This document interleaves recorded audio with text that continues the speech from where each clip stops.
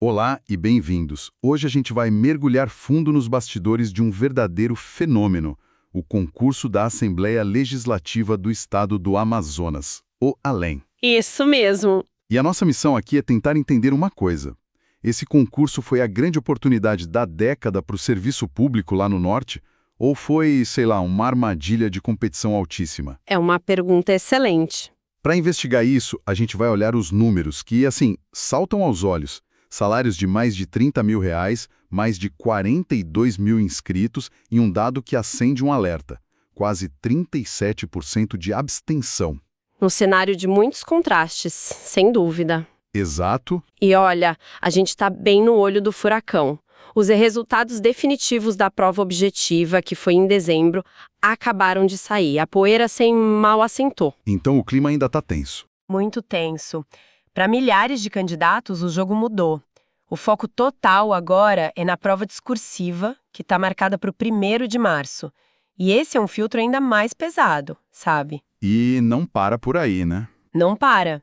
Para alguns cargos, a maratona continua com avaliação de títulos até prova prática. A linha de chegada ainda parece bem longe para muita gente. Uma maratona, mas com uma recompensa, assim, gigantesca. Vamos colocar os números na mesa para todo mundo ter a dimensão disso. São 100 vagas imediatas e mais 263 para cadastro de reserva. É muita vaga. E a remuneração, bom, é o que realmente chama atenção. Começa em R$ 3.346,76, que já é um valor justo para nível médio, mas o teto vai a R$ 30.187,52. R$ 30 mil. Isso não muda só a vida de uma pessoa. Muda de uma família inteira, de gerações. Exatamente. E um prêmio desse tamanho, claro, gera uma corrida pelo ouro. Foram 42.873 inscrições. É um estádio de futebol de gente sonhando com uma vaga. Basicamente isso. Ok, vamos analisar isso com calma. 42 mil é um número, assim, enorme. Onde essa pressão foi maior? Qual foi o cargo que virou o epicentro dessa disputa toda? A maior batalha, sem nenhuma surpresa, foi no nível médio. O cargo de agente legislativo assistente técnico-administrativo, esse teve 23.741 inscritos. 23 mil? Uau! E se a gente considerar as 20 vagas imediatas, estamos falando de uma relação de quase 1.187 candidatos por vaga. 1.187 para 1. É um número que beira o abstrato.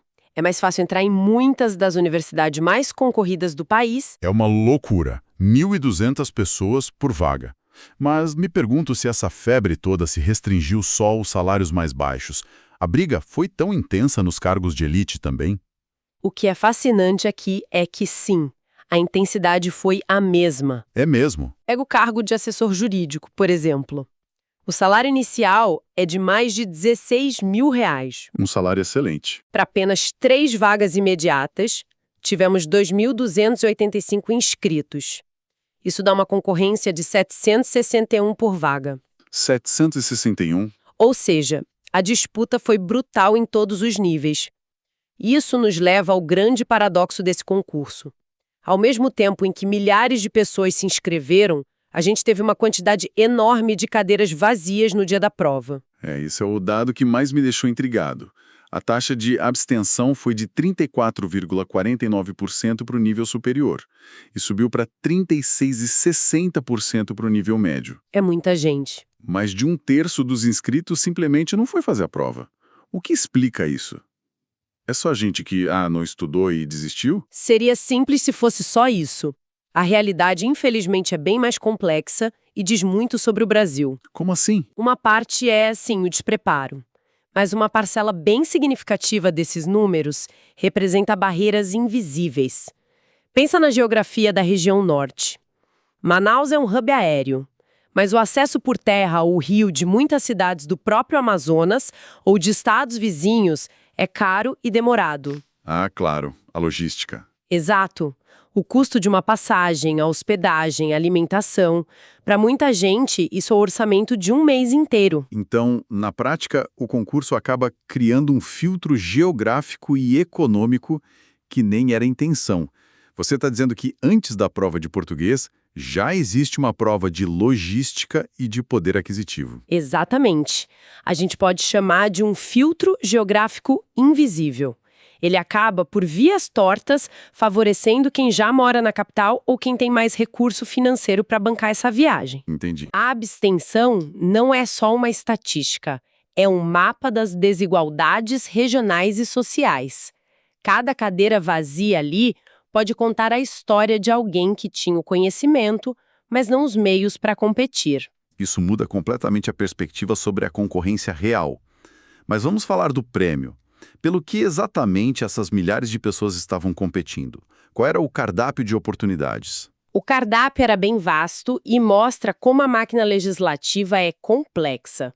No nível médio, o cargo principal é o de agente legislativo com aquele salário de R$ 3.346,76. Certo. E além do popular assistente administrativo, tinha vagas bem específicas, como o técnico de manutenção de computadores e todo um time para TV Alé, cinegrafista, editor, fotógrafo. Interessante.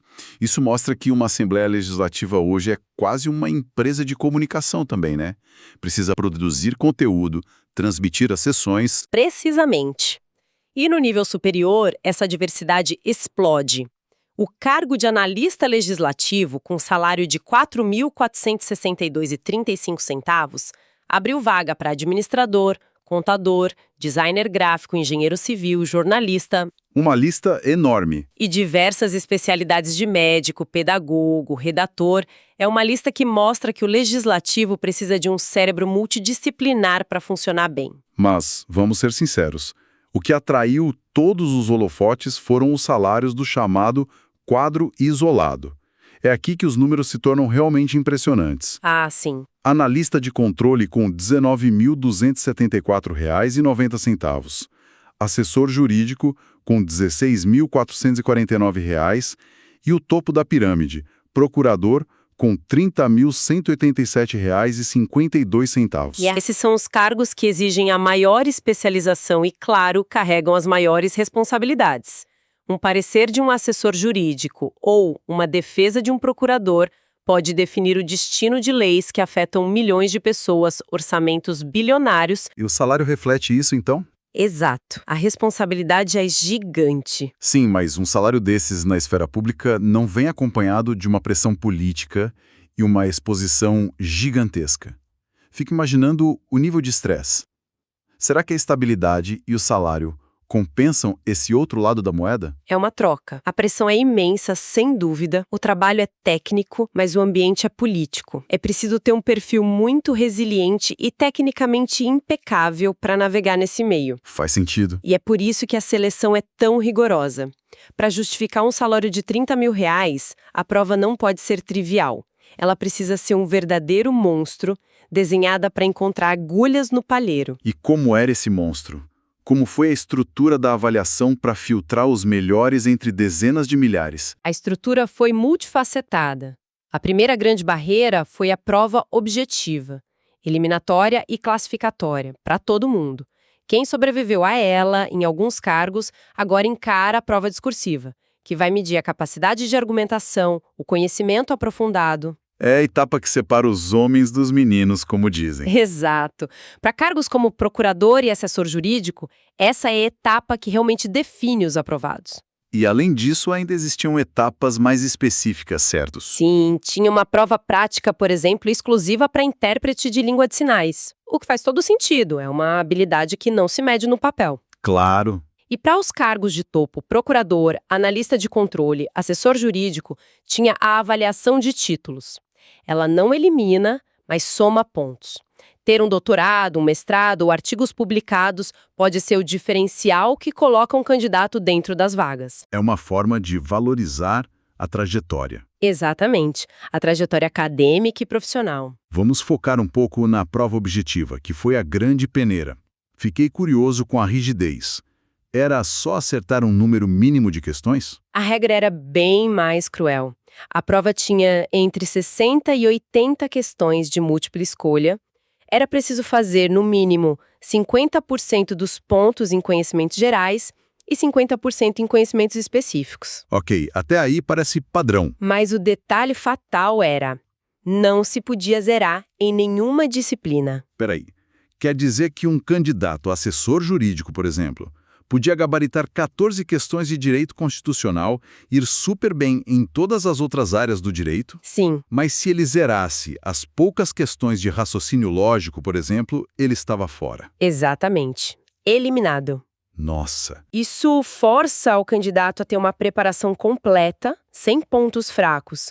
Não adianta ser um gênio numa área e negligenciar as outras. A banca busca um profissional equilibrado. e essa deve ser uma das partes mais difíceis da preparação, né? Sem dúvida, gerenciar um volume gigantesco de conteúdo, de áreas completamente distintas e garantir um desempenho mínimo em todas elas. É interessante notar também o peso que deram a matérias como História e Geografia do Amazonas, até para os cargos de nível médio. Isso não é muito comum em concursos desse porte, né? Não é, e essa é uma escolha estratégica e muito inteligente da organização. Incluir conteúdo regional com peso relevante tem um duplo objetivo. Que seria? Primeiro, valoriza o conhecimento sobre a realidade local. Segundo, funciona como uma barreira sutil para candidatos de outras regiões.